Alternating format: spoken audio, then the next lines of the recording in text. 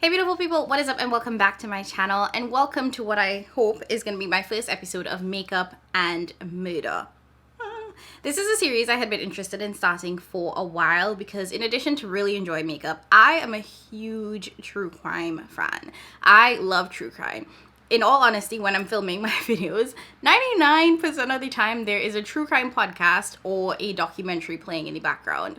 So as I'm, diving into 2022 and thinking about where my channel grows, I really want to incorporate other aspects of my life that I love. So I figured that I would try here being the operative word, to do a series where I talk about true crime that I'm interested in or that I've listened to in the past while doing a Get Ready With Me. And that's just because I kind of want to do it. So anyways, if this is your first time watching me, hi, welcome. I'm Jamila and I love all things beauty. I love all things makeup. I love all things skincare. And I especially love sharing my tips and tricks for how to find high-end and luxury beauty products at bargain prices. So if that sounds like something that you're interested in, I would absolutely love if you would consider subscribing and joining the family. So to kick off my series, I thought that I would actually start with a true crime event that actually has absolutely no murder in it, but is really, really prominent and prevalent right now, and is one that I have been following for years, and I think it's a good time to talk about it. And what I'm talking about is the Elizabeth Holmes and Theranos debacle. I don't know what other way to describe it as. It's a hot mess. So to kind of keep me organized, I did try to script and bullet out a couple of things, just so I don't forget anything. And the way I've thought about this is kind of like in three parts. So the first one being, who is Elizabeth Holmes and the rise of Theranos? The second being the whistleblower and the downfall of Theranos. And then kind of ending it off with the charges, the trial, and the verdict. That's the hope. That's what I'm going to try to go through with you guys. A couple of disclaimers going into this. I have no legal expertise. I have no legal background.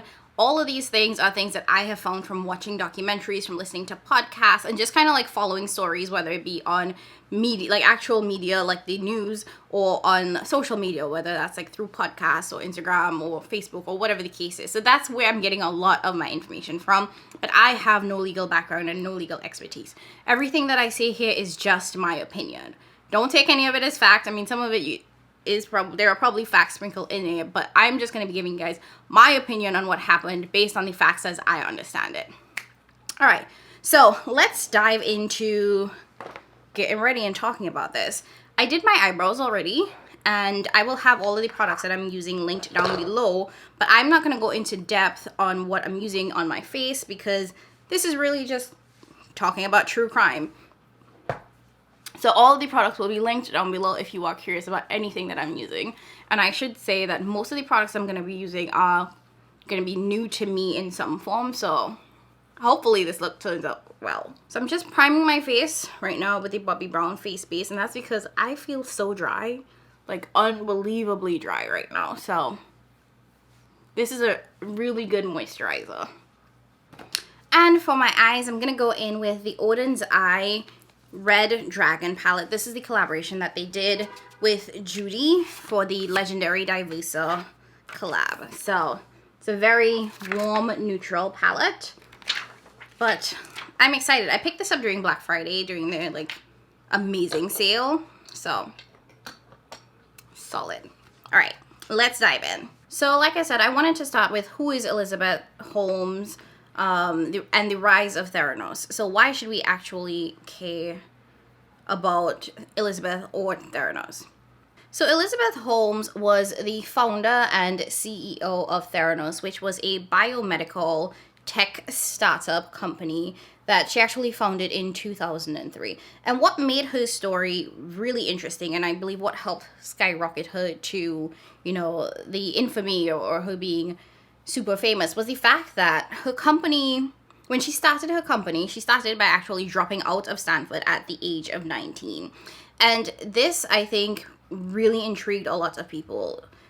Because when you think about people who drop out of college at a young age to start their own companies, the very famous and very rich people like Steve Jobs come to mind.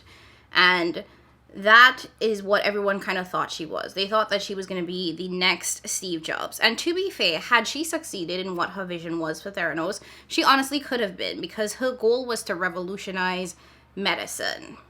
And to do that by creating a company where you could test for diseases using just a drop of blood, which by all accounts and from everything that I've heard is just not possible with the technology that we have right now.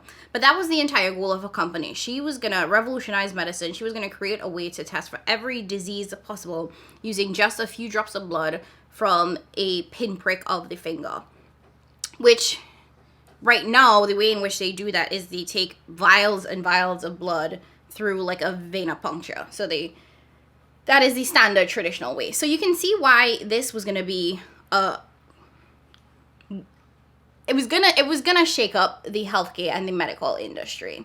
And by all accounts, when people talk about the history of Elizabeth and her growing up, it seems that she had always been a very smart young woman, and she had a very entrepreneurial spirit. Like, they talk about even prior to her starting Theranos, she had been drawing patents for devices, and she'd been drawing and designing devices and getting patents for them and thinking about her own business. So she always had a entrepreneurial spirit.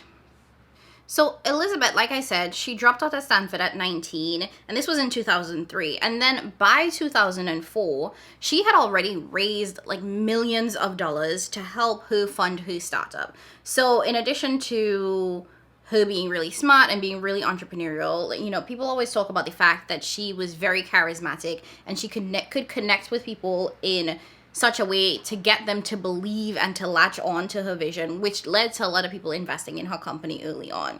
And I think that it's unheard of, or just so fascinating and amazing to think that, you know, a 19-year-old is able to raise like multiple millions to fund a company that she, to be fair, clearly had no background in doing.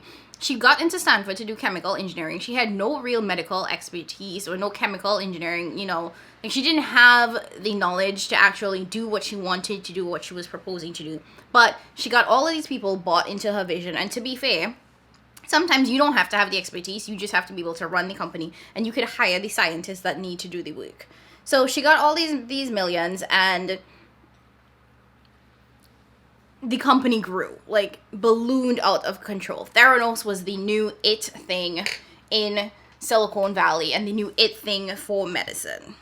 And over the years, the company began to, you know, basically, this is the rise of Theranos. The company became really, really successful. She continued to raise millions of dollars for her company. She got very, very successful and prestigious people onto the board of Theranos, including former secretaries of state like George Schultz, Henry Kissinger, General Mattis, who was a retired U.S. Marine. So she got all of these really prestigious people on board with her vision. And I honestly think the fact that she was able to get such prestigious folks on her board helped to give her some credibility because of how young she was. But if you're looking at a board that has former secretaries of state, I could see that really motivating people to invest in a company, because you would assume that those folks have done their due diligence. If they believe in the vision and they're investing their time and their money into that company, then maybe it's something that you should look into a little bit more. And by 2014, Theranos was at like the heights of its success. It was valued at like $9 billion, and Elizabeth Holmes herself, who was the founder and the CEO, had an evaluation, or net worth, I should say, of close to $5 billion? Close to like $5 billion, yeah. And yeah, Elizabeth Holmes had a net worth, or an estimated net worth of about $5 billion, or close to $5 billion at that point in time. And in addition to the evaluation of the company, they had also begun rolling out their devices. Again, these are the devices that are supposed to be able to do all of these tests on a single drop of blood in Theranos. They had successfully secured a contract with Walgreens to begin putting their devices and creating these wellness centers in Walgreens pharmacies where people could go and get their blood tested. So they were on top of the world. This is literally, Theranos being on top of the world and skyrocketing. So this is the heights of Theranos. And as Theranos was, at its heights, Elizabeth was also becoming very, very successful. She was named as the youngest self-made billionaire. She was speaking at TED Talks, several conferences, meeting with presidents. She was seen as, this vision of what a young female entrepreneur should be or could be, and was gaining a lot of public exposure, which is a great thing. We love to see young women succeed. So yeah, everything was great. Everything was dandy. And that brings us to part 2, which is essentially the whistleblower and the downfall of Theranos. Because while on the outside, Theranos looked to be extremely successful, they were in Walgreens, they had this multi-billion-dollar evaluation, they had all of these really successful, prestigious board members. On the inside, it was a hot mess because here's the kicker. The technology did not work. Which you're probably sitting there thinking like, but wait, isn't this inside Walgreens and patients are out here using the test results that they're getting from these devices to make medical decisions? Yes. And that is where we come to the crime part of this, true crime story, essentially. So, like I said, the Theranos technology did not work. The machines were not able to do what they said they would do. And at the heights of the success of Theranos, they were saying that the machines could run 1,200 tests, any blood test that you could possibly do using the regular way of doing blood tests through like a venipuncture and having vials and vials of blood, that this device could run all of those tests on a single drop of blood. Now, I'm not a scientist. I have no idea how this actually works. But from, the podcast and the little bit of research that I've done on it, basically, with the technology that we have right now, it's virtually impossible to do that for a number of tests for a number of diseases, because you need a certain volume of blood to be able to detect the virus or whatever disease it is within the blood. And getting blood from a prick of the finger does not give you enough volume. And I also think that there are some differences between like blood from the veins versus blood from like a finger prick. So I don't know what those differences are, but that is what I understood from some of the research that I saw on it.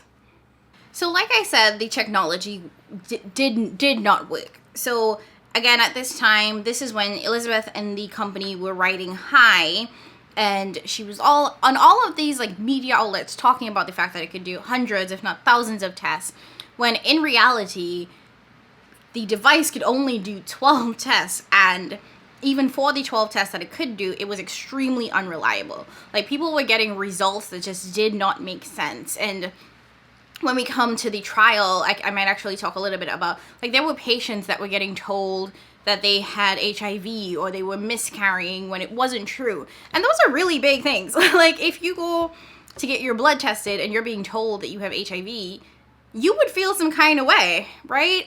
And when you think about the cost of healthcare in America, being told that you have a disease or don't have something, and then you have to go and do all of these follow-up is costly. So it puts all of this additional financial pressure on people who are using these devices, because you are now giving them incorrect test results. And they are now probably getting treated for things that they don't have, or not getting treated for things that they do have. Because imagine, again, if you go to the doctor or you go to get your blood tested and you are not told that you have high cholesterol or you have cancer or you have whatever the case is, and then you don't get treatment and you could possibly die. So it's very serious. Like, you can't just go out there and tell people that your devices are reliable and accurate when they are not. And you can't say they're going to run all of these tests when they won't.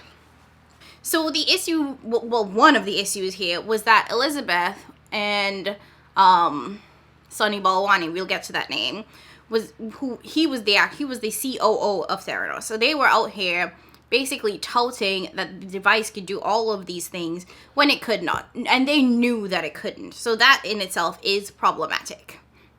The other issue, or one of the other issues with the company, was that it was known to have, or at least by the employees, a very, very toxic work culture. From all accounts, you know, the employees there were, from all accounts, the culture was basically complete secrecy and blind loyalty. Like, blind loyalty to the company, blind loyalty to Elizabeth. Don't ask no questions and don't tell nobody anything. Which, I don't know about you, but that is not somewhere that I want to work. And it was a toxic environment, so much so that there were even reports of employees being followed and being sued by the company. Like, I can't even begin to fathom working somewhere where my employer has the audacity or the thought to have me followed and tracked and then to be sued by your employer for no reason. And, you know, that could put people in severe financial ruin. So, additionally, so I talked a little bit about the claims that they were making about how many tests the devices could run. They also made several, again, false claims about the way in which the company operated as a way to swindle investors. So they claimed that the devices were being deployed in Afghanistan, in the military, in medevac helicopters, which was not true. So, you know, if you are somebody that is interested in investing in this company, and you're being told that the company has these contracts with the military, you are more likely to invest because the government does not just willy-nilly give out contracts to anybody. So that kind of leads to where they ended up being charged with fraud, because they essentially defrauded investors by providing them with all of this false information to get them to invest in this company. And you cannot knowingly spread false information to get people to invest. That's fraud. So that is like the punchline of this whole true crime story, is the fact that she defrauded investors. And then the last thing that I want to point out as it pertains to like the devices not working is that,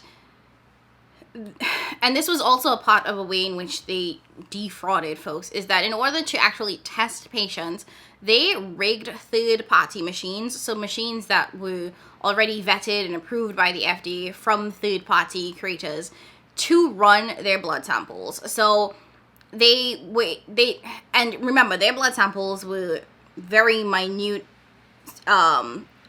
volumes of blood. So they rigged these third-party machines that they bought to run tests on very, very small samples of blood, which these machines are not designed to do, which again led to their results being increasingly unreliable and inaccurate. Again, problematic. You don't want to be getting false and inaccurate results. So, like I said, all of this was happening behind the scenes when Theranos was at its height. You know, on the outside, everything looked great. But on the inside, there was this toxic work culture, and there was the fact that their machines did not work, and they were using rigged third-party machines, but they were telling investors and telling patients that they were using the Theranos proprietary devices to run tests on, you know, just a couple of drops of blood, but it did not work. So everything came to a head when two whistleblowers, Tyler Schultz and Emily Chung, basically spilt the beans. And I want to say that it was not easy for them to do this. When you listen to the podcasts that go in depth, and they have multiple episodes on this, or you read the Bad Blood book and they talk about this, they talk about how hard it was for them to actually not just spill the beans, but to live after they did that. Because, like I said, Theranos was known for suing people, because anything that you said after you left was considered, you know, betraying trade secrets. The employees regularly had to sign NDAs, and they couldn't say anything after. But Tyler, who coincidentally was the grandson of George Schultz, former Secretary of State, and who was on the board at the time, he spilt the beans. And what I thought was interesting about his story particularly was because of the fact that he, you know, George Schultz was his grandfather. And he suffered a lot when it came to his relationship with his grandfather. Imagine you were telling your grandfather, hey, all of these things are happening at work. It's not a great environment. The machines don't work. And your grandfather believing this other woman, believing Elizabeth over you. It really had very drastic effects on him and his family structure. Elizabeth tried to sue him multiple times. He didn't talk to his grandfather for several years because of, you know, that relationship and the fact that his grandfather stood with Elizabeth. And when you listen to, like, the podcasts, and you hear him talk about it, you know, he says himself that his parents were going to have to sell their home to pay for his legal bills because he decided that he was going to speak with a reporter at the Wall Street Journal to shed light and to blow the whistle on everything that was happening at Theranos, because he didn't feel right knowing that they were using these devices to test patients' blood when they weren't reliable or accurate. And in Tyler's telling of this, he was ambushed by, you know, Theranos' lawyers at his grandfather's house. He was followed by, I don't know if it was lawyers or like private detectives that they hired him, as well as Emily Chung, who was a co-worker of Tyler. They were both threatened with lawsuits and followed by Theranos because they tried to spill the beans on what was happening at the company. And even the Wall Street Journal, they were like threatened with litigation to not publish the story about Theranos. Now, there had been a number of like really glowing reports about Elizabeth. There's actually a really infamous picture of her, and I believe it was in Forbes magazine, of her wearing all black because she, from all accounts, had a strange obsession with Steve Jobs to the point where she started dressing like him. So she was in this black turtleneck. She's like super pale, has these really like stark blue eyes, and with like red lipstick, holding this tiny vial of blood with the caption being, "This CEO is out for blood." I'll give it the fact that it was extremely catchy. It was a good title. I'll give them that. But, you know, there were all of these glowing articles out there talking about how, you know, effective and accurate and cost-effective the technology was. And then the Wall Street Journal publishes this bombshell story that was basically like, all of that is BS. And that's when the downfall of Theranos started, at least publicly. Because while all of this was happening, there were also a number of issues that were taking place with the company and like the feds, because they were struggling to get FDA approval for anything really. And they also had been hit with sanctions by CMS, which is the Center for Medicaid and Medicaid Services, because their lab did not meet any of the regulatory like needs. They basically was like, this lab is not up to code. There are a number of issues here. So they were dealing with all of these issues and sanctions in addition to the Wall Street Journal and Tyler and all of them publishing and really blowing the whistle on the fact that the technology just did not work. So again, to give you guys a recap of the timeline, you know, Theranos started in 2003. By 2014, they were at the heights of their success, valued at $9 billion. And then in 2015, that's when all of the Wall Street Journal articles started coming out about the fact that the company itself was a bit of a fraud. And that's when Theranos really began to kind of spiral down. After that, after the publication of the those articles, there were a number of issues. So, you know, they lost their contract with Walgreens. They had a number of lawsuits that they settled civilly. And by 2018, Theranos closed its doors permanently. And that leads us to part 3 of this story, which is essentially the charges, the trial, and the verdict. And I'm actually going to go in with the new Rare Beauty. This is the bronzer stick in Full of Life. So, I hope I like this. So, like I said, in 2018, Theranos closed their doors completely. But this was not after they settled a lawsuit with the SEC. But that was a civil lawsuit. And again, I believe that was also focused on investors. But things really exploded when Elizabeth and Sunny Balbani, who again was the CEO of Theranos, got hit with federal charges, criminal charges, for wire fraud and conspiracy to commit wire fraud against the investors of Theranos, as well as the Theranos patients, so the folks that actually used the devices. In total, Elizabeth was charged with 11 counts. So 4 of those were counts of wire fraud. I believe 4 of those were counts of wire fraud against investors. The other 4 was counts of wire fraud against patients. And then there were 2 counts of conspiracy to commit wire fraud, 1 against investors and 1 against patients. Some of the counts were to specific investors, but I do believe there were a couple of just like general counts. So yeah, Elizabeth and Sunny Balbani were both charged. No, they were tried separately, or they were tried separately, and the Elizabeth Holmes trial has concluded, but Sunny Balbani's has not started yet. So the trial for Elizabeth Holmes actually lasted 15 weeks. This was a long trial. And while she was charged in 2018, it didn't start until 2020 for a number of reasons. One being COVID and all of how that upended everything in life. But then the other thing too was that Elizabeth Holmes got pregnant and had a son. I believe it was a son. She had a baby. But her pregnancy also delayed the trial. So she got charged in 2018 and then convicted in 2021. So a very, very long time. And the trial itself lasted 15 weeks. If you are interested in getting a play-by-play of the trial, I would definitely recommend that you listen to the Dropout Elizabeth Holmes on Trial podcast. I thought that they did a really amazing job at going through the trial. They talked about week by week. They went through the trial week by week. They talked about the strength of the prosecution's case. They talked about how the defense defended Elizabeth Holmes, essentially, and they did a really great analysis. They actually had 3 lawyers on that podcast that kind of like broke down the legal speech of everything, and gave their perspective on who was winning and who was, maybe not winning. And it was, when I listened to that podcast, it was such a roller coaster because I felt like there were definitely times when the prosecution was very successful in showing that Elizabeth Holmes did this.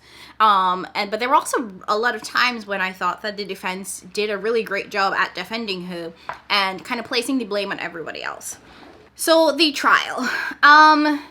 So essentially, Elizabeth was charged, like I said, with 11 counts. And from what I understood, the jury decision needed to be unanimous. Now, going into the trial, after having listened to the podcast about Elizabeth Holmes and watching the documentary, I thought that she was guilty. I thought that it was going to be a clear-cut case. I thought the prosecution had everything wrapped up in a bow and that this was going to be easy peasy. It was not. It was not. They actually had to work pretty hard, even though they had a lot of evidence. I will say that. So the prosecution basically, in my opinion, I felt like they spent a lot of time showing that there was intent here. And from what I understand, that was a huge part of this trial, being able to show that there was the intent to defraud, and this wasn't just a simple mistake. And from listening to the podcast that talked about the trial, because there were no cameras allowed, so they couldn't video or get any sound. This was just them recounting from having been in the courtroom what happened. Anyways, so the prosecution, like I said, they have to show the intent to do this. They have to show that this was a deliberate action. And I thought that they did a good job at doing that. But on the defense side, they were there to show, and what I felt like they kind of pushed on was the fact that she had no intent to defraud these people. She really believed in her vision. She believed in Theranos, and she did not go in there with the intention of stealing millions and millions of dollars from these people. One of the things that I think is interesting about the Elizabeth Holmes trial is the fact that a lot of this is centered around investors who are multi-billionaires. And sometimes it can feel hard to feel sorry for people like Betsy DeVos losing millions of dollars. But at the end of the day, I don't think anybody deserves to be defrauded. If you are investing in a company, you don't deserve to have your money stolen from you because you are lied to. So regardless of the fact that these are very wealthy people who honestly are gonna be fine, it was, I thought that was an interesting piece about the case. So over the course of the 15 weeks, the prosecution, I thought, did a really great job at bringing in a number of people who worked with Elizabeth, who were at Theranos, to basically prove that she was aware, and not only just aware of everything that was happening at Theranos, but in charge of everything at Theranos, and therefore clearly had intentions of defrauding people. Because if you know that your technology does not work and you still continue to put out false information about how many tests it can run or the accuracy or reliability of your devices, knowing that they don't work, that shows intent. So they brought on folks like the lab director, who could talk about the fact that Elizabeth signed off on all of these things. She was copied on all of these emails. They also brought on members of the board. I believe General Mattis was one of the witnesses who talked about the fact that, the board members were told that the device worked. They were told that all of these things were happening, and that they were told by Elizabeth Holmes. What I also thought was pretty fascinating and would make this a home run for the prosecution too was the fact that they actually had audio of Elizabeth Holmes on an investor call, basically touting the same lies to investors.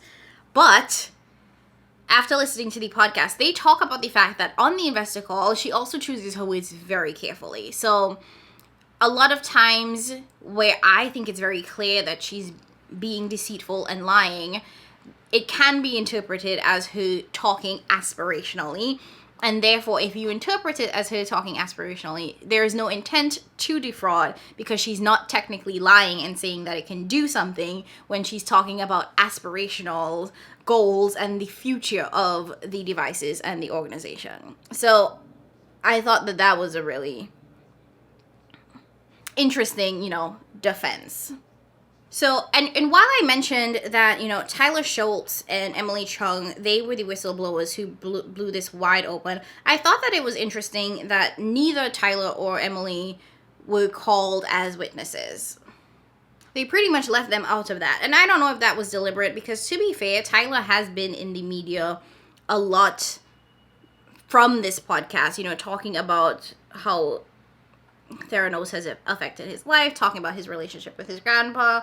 I mean, he clearly does not and do not and did not and does not like Elizabeth Holmes and truly believes that she's guilty AF. So maybe that was a deliberate move by the prosecution. I don't know. So the most jaw-dropping part of the trial was the testimony of Elizabeth Holmes herself. Now, I've watched enough true crime documentaries and theories and podcasts to know that usually the accused does not take the stand. Like, it's a very, very rare occasion when people defend themselves. So I thought that that was an interesting move by the by the defense to put Elizabeth Holmes on the stand herself. Especially because once she got on the stand, in my opinion, she admitted to everything. And then I was like, what? It was such a jaw-dropping moment because, one, I was surprised that they put her on the stand to begin with, and then they asked her questions about sort of who was in charge, who was leading this. Because the other thing that I thought was really interesting that they brought up is that they raised the issue of Elizabeth's relationship with Sunny Balbani. So like I mentioned that Sunny Balbani was the COO of Theranos, but the other thing, too, is that Elizabeth and Sunny dated while they both worked at the company where she was the CEO and he was the COO. She actually met him, I think, back when they were still in Stanford, and he was 20 years older than her. Now, I'm not going to go into the age difference, but he was 20 years older than her. And on the stand, you know, they raised issues of this domestic violence situation between the two of them that they then ignored in closing arguments, which I was kind of confused as to why it was raised, because in my opinion, it didn't really add anything, because the defense themselves asked Elizabeth Holmes, like, who made the final decisions? Who was in charge? And she said me. So in my opinion, she pretty much admitted to not only being aware of everything that was happening at her company, but also being the final decision maker, so that she herself had the power to make decisions. And I think that may have worked in favor of the prosecution and not the defense. I don't know if it was a smart move putting Elizabeth Holmes on the stand, because I don't think she did anything to help her case. However, I will say that listening to the last episode of the Dropout Elizabeth Holmes and Trial podcast, they spoke with one of the jurors who said that they actually thought that Elizabeth taking the stand herself helped her case, and that may have been why she was only convicted of 4 out of the 11 charges. I don't really understand the logic there, but I also was not in the jury pool. So closing arguments for the Elizabeth Holmes trial actually happened before Christmas, and I honestly thought that this case was going to be resolved before the new year, but it took the jury a lot longer than I expected. It actually didn't happen until after Christmas. Honestly, was it January 3rd? So it happened after New Year's. And here's the verdict. So, of the 11 counts that Elizabeth Holmes was charged of, she was actually convicted of 4 counts. And that was 3 counts of committing wire fraud and 1 count of conspiracy to commit wire fraud, all against investors. She was actually found not guilty on all of the counts of wire fraud and conspiracy to commit wire fraud against patients. And I thought that to be really interesting, and it hit my soul a little, because she was found guilty of defrauding and hurting these millionaires, but essentially found not guilty of hurting, patients, people that were just trying to figure out what their diseases were. But as I understand it, and from listening to the podcast, basically the jury felt that because she was 1 step removed from patients, she was not liable. Fine. And then there were actually 3 counts that there was no verdict on. It was like a hung jury. I didn't know that you could do that. So she was found guilty on 4, not guilty on 4, and then there were just 3 that they were just like, we can't come to consensus on this, so we're just not. And of the 4 counts that she was found guilty of, each of those counts carries a maximum of 20 years in prison, a $250,000 fine, and restitution. So we'll see where this goes.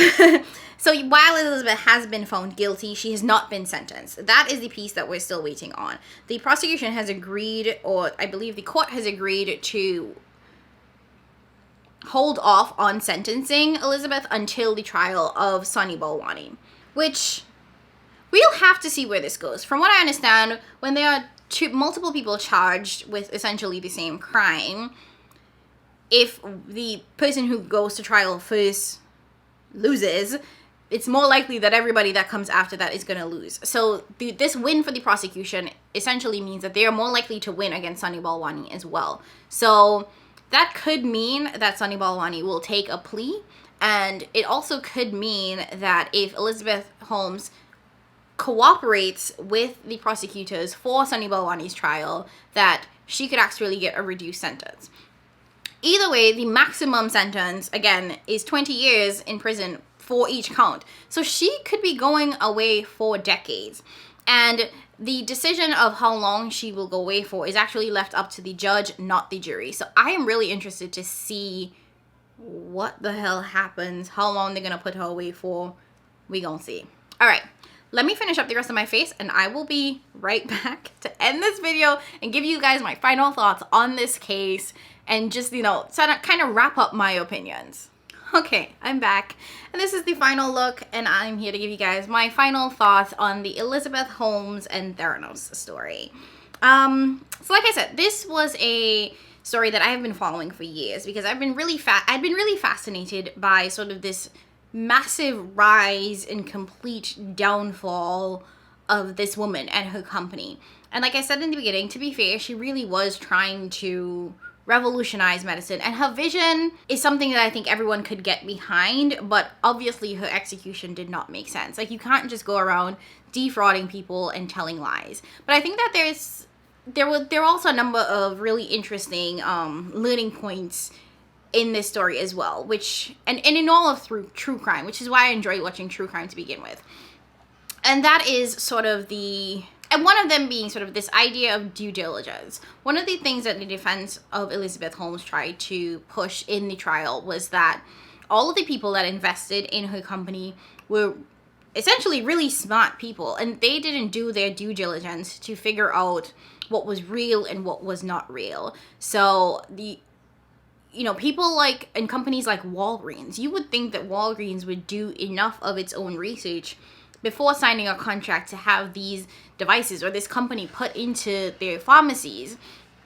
And, these are multi-billion-dollar investments. You would think that all these people would do due diligence to make sure that it works. But then there's also, and this comes up a lot, there is the fact that, seeing names like former secretaries of state and seeing such prestigious people be a part of this world and this organization and investing can push people to want to be a part without actually doing the due diligence. But that should have been a red flag. There were no prominent biotech or healthcare investors involved in this endeavor to begin with. Overall, I do think justice was served. Like, Elizabeth defrauded these people. That it is what it is. And I think that the prosecution did a really good job at showing that, and I'm glad that there was some justice. I do feel a little bit disappointed that the counts against patients were found to be not guilty, because I do think that patients were seriously harmed by her company and could have been even more harmed had it been allowed to continue. So I honestly was hoping for a different outcome there, but it is what it is. Do I think that she should spend time or a significant chunk of time in prison? Yes. I am going to be waited with bated breath to see what the judge decides. If there's any compassion for her, we'll see. The max is 20 years. Will she get the full 20 years? I honestly don't think so, but I think she needs to get some decent time. That was it. That was my first makeup and murder that had absolutely nothing to do with murder. Nothing at all. But this has been a story that I have been, super fascinated by and been following for some time. If you guys like this series and you want to see me talk more about true crime, let me know. I am very, very unsure about this. I love true crime, but actually being able to tell these stories is an art, and it takes a lot of time and a lot of research and a lot of dedication. So I'm not sure if I want to do all of that, but I do like talking about it. True crime is something that I am extremely passionate about because I think it tells us a lot about the system. Everything from it's about the entire justice system and about different aspects that I am not intimately familiar with. I work in public health, so this case particularly, because it had a healthcare aspect to it, I was intrigued by it. But then there are just other cases that I know nothing about that I feel like I always learn something about. For example, here's a fun tip for you to take away. You do not have to wait 24 to 48 hours to call the police if somebody goes missing. That is a lie. They lied to you. If somebody goes missing, call the police immediately. Yeah. But yeah, if you guys like the series, if you guys liked hearing me talk about true crime, if you like true crime and there's a podcast that I should listen to, let me know, because I am always on the hunt for more true crime podcasts or documentaries, all of that. If you like this video, please don't forget to hit that like button. Go ahead and subscribe if you have not already done so. Leave a comment down below letting me know what you thought about the start to this series and what you think I should do with it. And that's it from me. As always, I love you guys. Thank you so much for stopping by, and I will catch you in my next one. Bye.